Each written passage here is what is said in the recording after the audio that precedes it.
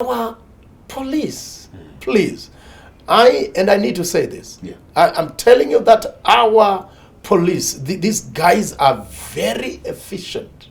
As long as there is no interference from the politicians. So we are saying to the politicians, off your dirty hands from our otherwise efficient police. You remember when the other time there was a young lady, a girl that was run over by a vehicle, I think at Girls High there.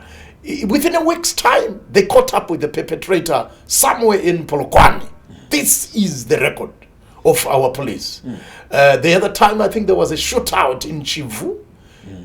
Within 24 hours, the rogue elements were caught. This is how our police, if you were to actually report your case today, right, as long as that issue is not political, I can assure you they will catch up. I went there the other time and I needed their assistance because actually one of them had bashed, unreasonably bashed my vehicle, and they were so sympathetic and they were so good. And they were ready to deal with that person. And actually remember saying to them, guys, I'm going to talk well about you when I go out there. You see. So I'm saying to the politicians, your hands off, please. But I'm also saying to the police, rise up above myopia, above the parochial way of viewing your responsibilities. You need to be able to be advanced and to behave the way we see happening in other countries where you can actually arrest your senior if they become untoward. So this is what I would actually say to the police. Please, arrest Mashanyika. Arrest Mashanyika, period. Don't talk to us about this whole nonsense, investigation, etc. When you quickly catch up with any member of the opposition whom you would have deemed to have used inflammatory language, like they've arrested the Job Sikhala, isn't it? Yeah. But how about Mashanyika literally said, pass Nachamisa, and when I say pass Nachamisa, I mean he should die. And then he goes further to drag the image of the police into disrepute by actually saying that I'm unarrestable. He says that. You heard him, Machongane. He says, I'm unarrestable. I'm too ZANU PF to be arrested. So we are saying, please go pick up that man. I wanted to say gentleman and realize that he's not a gentleman. Right. All right. You talk about critical issues. Right. That deal with the question of how strong our institutions are in terms of good governance, in terms of making sure that human rights are upheld. When you look at that environment with regards to our institutions, do you think that all the ills that we see are because our institutions are captured, our institutions are not strong enough? What would you say? Our institutions are not strong enough. Our judiciary service, the judiciary is heavily compromised, yeah? And that is the reason why you have this young man who bashed his girlfriend. What's his name, man? I can't remember. Tafadzwa. Yeah, he bashed the girlfriend. He got arrested and he got bail, right? And Job Sikhala, Godfrey Stole, they haven't bashed anybody. They are simply demanding justice. And they are denied bail. And then when this guy is released on bail, he kills his girlfriend. This is a parody. This is a mockery, of our justice system. This is an indictment. Now, can you imagine, perfect, if just give an example of the American system. Yeah. Can you imagine if Donald Trump had been the president in Africa, what could have happened in 2020, January 6th, if my memory serves me right? When they went to Capitol Hill and then they really wanted to cause disorder. Right now they are actually pursuing him, legally. So I tell you, if Donald Trump would have been an African president, regardless of the fact that the election outcome was speaking otherwise, that guy would have remained in power, just like how Mugabe held on to power in 2008.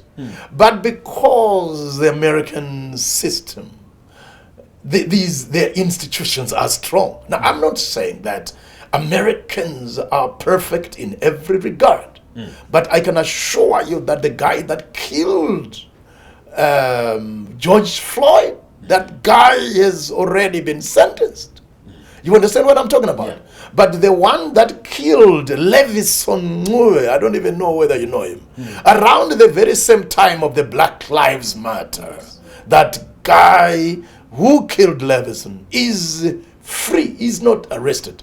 Now, the people that killed our citizens on the 1st of August, right, 2018, these guys are roaming freely.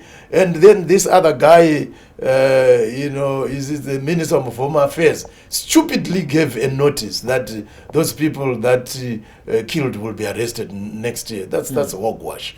You give a notice that somebody will be arrested next year, and you think they will be in the country. You see what I'm talking about? Yeah. So we have a very weak, pathetic, appalling situation with regards to our institutions. ZEC, I don't have kind of... Let's talk about ZEC. ZEC. You see, ZEC... I say this because listening to the discourse in the country from other political parties, they are really saying that ZEC is not fit for the job come 2023. In fact, it will be suicidal for any political party to get into these elections with the current ZEC. Look here. I don't have physical sight. Yeah. But as those guys, even that makeup of 2018, as they were announcing those elections, those guys were in the elections results, those guys were not confident. They were not confident of what they were saying. Now, this particular team that has been recently appointed as well, the Keith and Kings, the relatives, cousins, children, your mohadis, they are there, And do you think these guys can certainly objectively announce a result that reflect otherwise in the event that President Mnangagwa? Now, guys, let's face it. I don't want us as Zimbabweans, and even in particular with the church, where we continue to be afraid to speak the truth simply because we will then be deemed as though we are opposition. The problem that we have in Zimbabwe, perfect, is a very extreme problem. And, people say we need a middle of the road approach, but we don't have a middle of the road problem. Our problem is extremely, hogwash. It's extremely pathetic. So we need to just hit it like that. The current ZEC is not right. And in the very same way that ZAP and ZANU rejected to be part of the elections that took place in 1979, this is, unless there is change, this is what should happen. People should demand reforms. If not, then I'm not too sure whether it would not be suicidal. Now, ZAP and ZANU could not, they did not contest in 1979. And you know very well that Bishop Elbam Mzerewa did not last in terms of his government. I'm telling you, these guys will not last.